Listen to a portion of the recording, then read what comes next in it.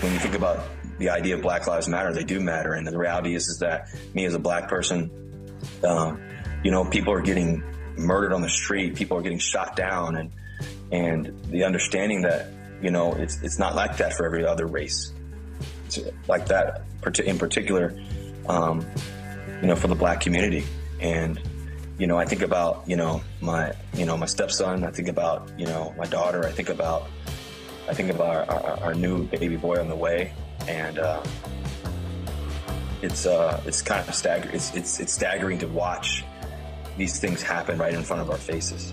And so I have a heavy heart right now. And I think, like I said, I don't have all the right answers or anything. And to be honest with you, I don't even want to talk about football right now. That's the thing, that I don't even know what that looks like down the road or anything else. And I think that none of that matters. I can't compare football to life and what black community is going through right now. And what I think is right. I think that people should have the ability to peacefully protest and to be able to express their frustration, their hurt, and their pain. Russell Wilson, powerful emotional comments yesterday regarding the current situation. He doesn't want to talk about football. We don't either, Russell. There's no football to talk about, especially at a time like this with what is happening in the country in this moment that is upon us. Will there be equality and justice for all, or will there not be? Once and for all, justice for all is what we need.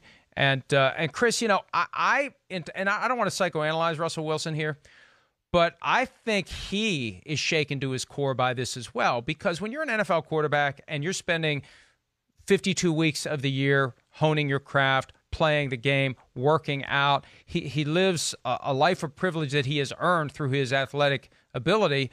But right. I feel like in a roundabout way that he, as an African-American man, wasn't as sensitive to what was going on beyond his bubble. And I think that has shaken him. And I think that is part of what we saw come through from him yesterday. Yeah, I think that's right. And, listen, and it's not like Russell Wilson being insensitive or anything like that. This is just a guy that's highly motivated, highly focused on his job, which, to a degree puts him in that bubble, because all he's worried about is being a better quarterback, being the leader of the Seattle Seahawks team, offense, and playing football at a really high level.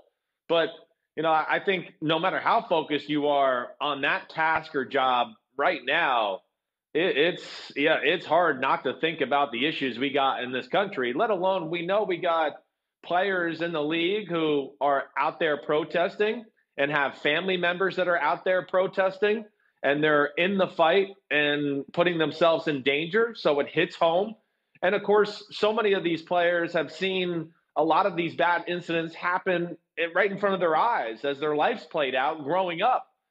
So Russell Wilson, an extremely smart guy. I think, he is kind of understanding where we are. And, the other thing that just comes out to me about Russell Wilson there, and where I think it probably hits home more for a guy like that right now, is when you start having young kids, you start to think about, what's America going to look like in the future? What's this world going to look like in the future?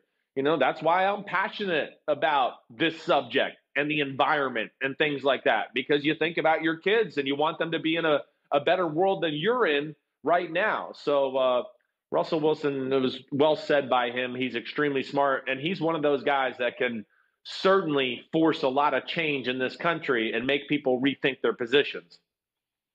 And that fear of what the future will be for our children, I think, is such a great motivator. And if you are the parent of an African-American child, it is a real concern. What kind of life will they have? When will they be in the worst possible place at the worst possible time and encounter a police officer whose idea of the justice system is, I am judge, jury, and executioner, and the punishment will be meted out within the next 8 minutes and 46 seconds. It's incomprehensible that people have to carry those fears around.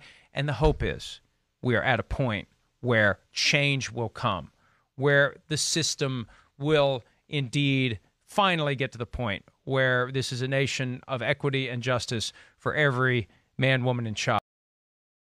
Hi, I'm Mike Tirico, and thanks for watching. Make sure to hit subscribe for the latest news and highlights from NBC Sports.